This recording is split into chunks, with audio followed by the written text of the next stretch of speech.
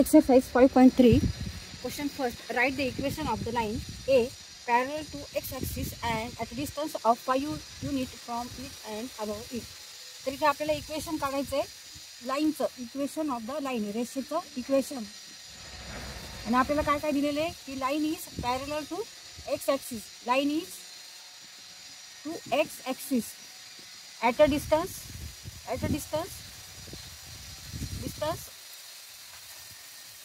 of 5 unit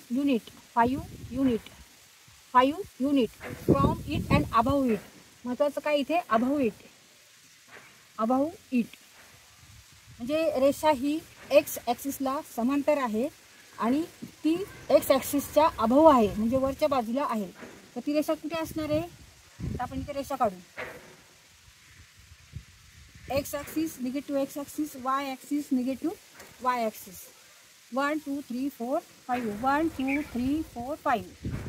तर 5 unit ही above आहे, 5 unit above आहे एक्स ॲक्सिसच्या, म्हणजे ती रेषा इथे असणार आहे. 1 2 3 4 5 1 2 3 4 5 ती रेषा अशी समांतर आहे.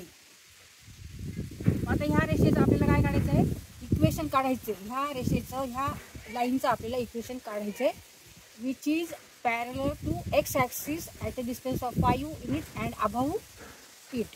म्हणजे ह्या सगळ्या रेषेवर जर आपण x कोऑर्डिनेट घेतला तर तो किती येणार आहे? x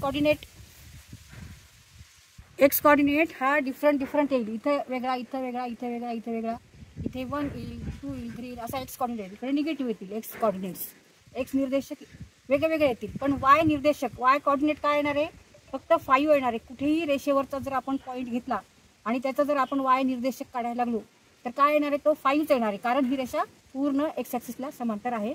त्यामुळे इथे ह्या रेषेचं इक्वेशन काय असणार आहे? y = 5. y = 5 हे कॉन्स्टंट आहे. सगळ्या पॉईंटसाठी हे इक्वेशन आहे. कोणताही पॉईंट जर ह्याच्यावर घेतला तर त्याचा आपल्याला वाय कोऑर्डिनेट काय येणार आहे? 5च येणार आहे प्रत्येक पॉईंटचा. आता समजा इथे एक पॉईंट घेतला आपण ए, तर ए इथे एक्स ॲक्सिसवर 1 आहे, एक्स कोऑर्डिनेट 1 आहे, आणि वाय कोऑर्डिनेट काय येणार इथे? 5.